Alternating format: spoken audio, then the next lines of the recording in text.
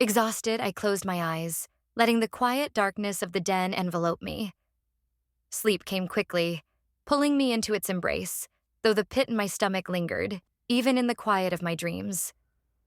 Hours slipped by as I lay in the den, wrapped in a void of nothingness. For once, no dreams came to haunt me. Just quiet. It was almost nice. But when I woke, the rest I had hoped for was far less than I needed. My body ached, every muscle tense and sore. Slowly, I got to my paws, shaking off the stiffness. Bones creaked, and my mind felt as heavy as my limbs. Rest wasn't nearly as helpful as I'd thought it would be. I mused bitterly. Dreams, when they came, left me barely able to focus, but even the absence of them hadn't brought me peace. Before I could dwell any further, the sharp, familiar bark rang out, cutting through the stillness like a cold wind. Let's get going. You have more training. Winter's voice was as icy as ever, and I flinched at the command.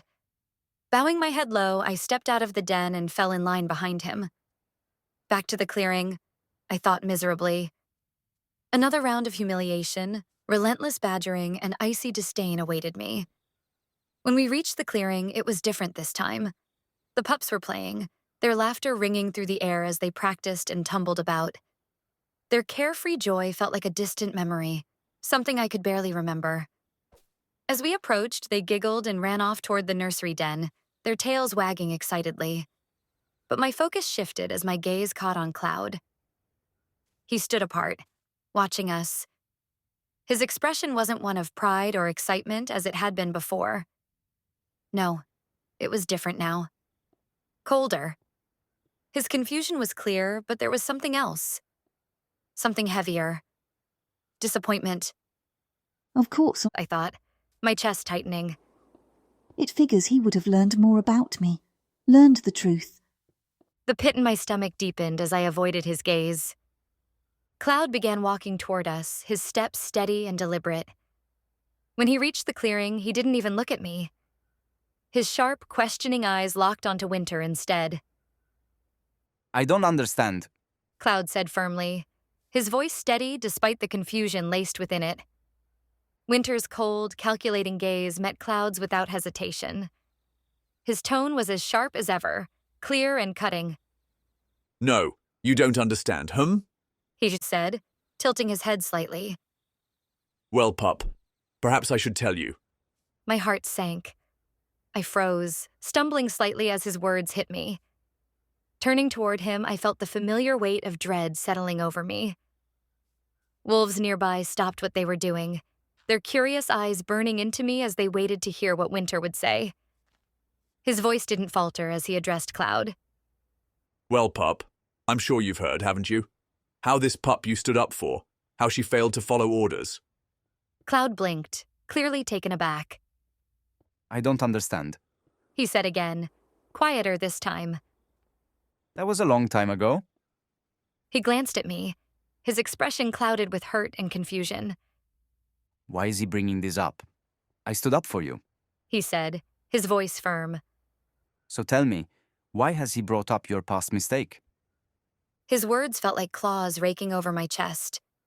My throat tightened and my body trembled as I struggled to respond. Finally, I managed to whisper. I begged you not to ask. I pleaded with you. My voice cracked, the words barely audible. I failed you. Cloud's confusion deepened, but Winter cut in before he could speak. Asked? Winter barked, his voice filled with icy anger.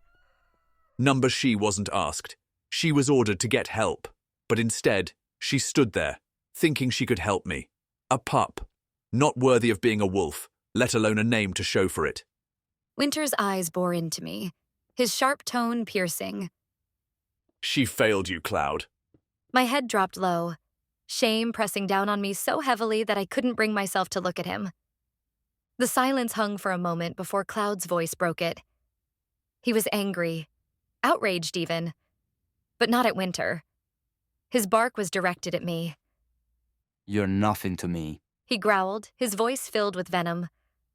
I never want to see you again. You're not worth anything to me. The words crushed me, leaving me frozen in place as he stormed away. The clearing felt deathly quiet, every wolf's eyes boring into me. Winter turned to me then, his voice curt and sharp. Go to your den. Now. He didn't need to say more. I turned and ran, my paws pounding the dirt as I bolted for the safety of my den. Tears blurred my vision, but I didn't stop until I collapsed onto my bedding. Curling into myself, I let the weight of everything crash over me. Cloud's words, Winter's disdain, the eyes of the pack. My spirit, already fragile, felt utterly broken. Not long after, I heard the sound of paw steps approaching. I didn't move as Wolfgang entered the den, his tall frame casting a shadow over me. Well? He said, his voice flat, almost devoid of emotion. It must hurt, He wasn't angry, but his words carried a weight that settled deep in my chest. I didn't respond, unable to lift my head or even meet his gaze. He stood there for a moment, his amber eyes unreadable. But deep down, I could feel it. He understood how Cloud felt, because he felt the same. And somehow that hurt more than anything else. I flinched at the sound of his voice, my body trembling as I slowly lifted my head to face him.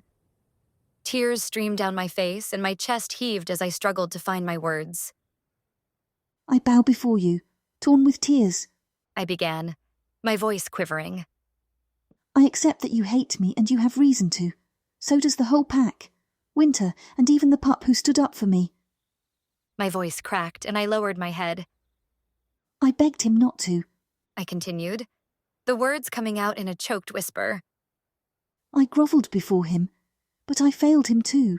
I failed time and time again. And you never let me forget.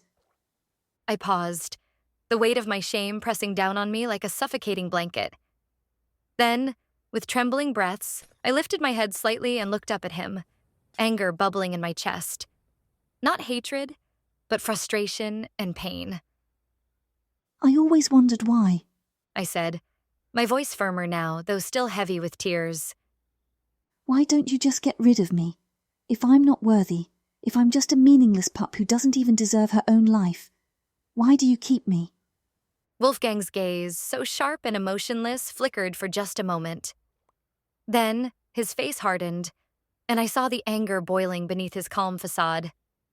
He took a step forward, his voice exploding with fury as he spoke.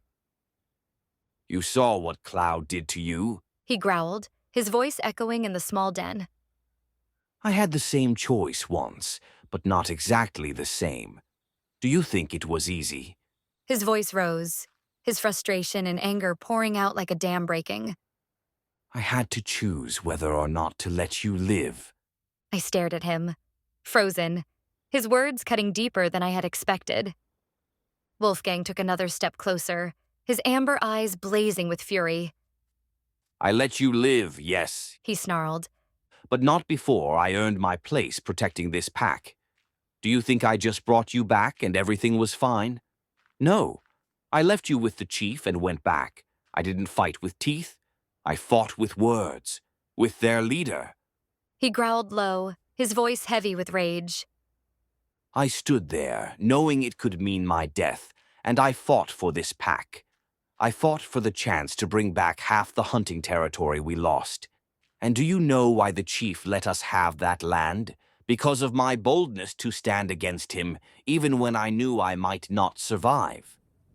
Wolfgang's voice grew quieter, but the weight of his words was crushing. When he allowed me to live, when he gave us half the land, I made my decision. You were to live, but not without understanding what you did, what you cost us. I tried to speak, but no words came. My body trembled, my chest aching with the weight of his fury. You think you're hurt?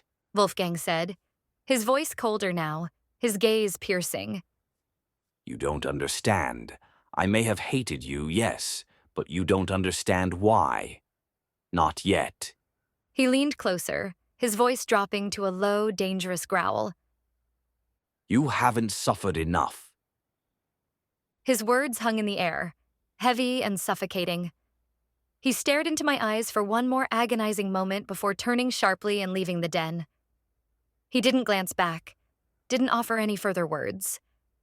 The silence he left behind was deafening. I stared after him, my body shaking with the force of my emotions. The weight of his words crushed me, and I felt something deep inside me snap. I wailed out, a sound filled with pain and despair, and collapsed to the ground. Tears streamed down my face as my sobs echoed in the empty den. Exhausted and broken, I finally succumbed to sleep, the darkness swallowing me whole.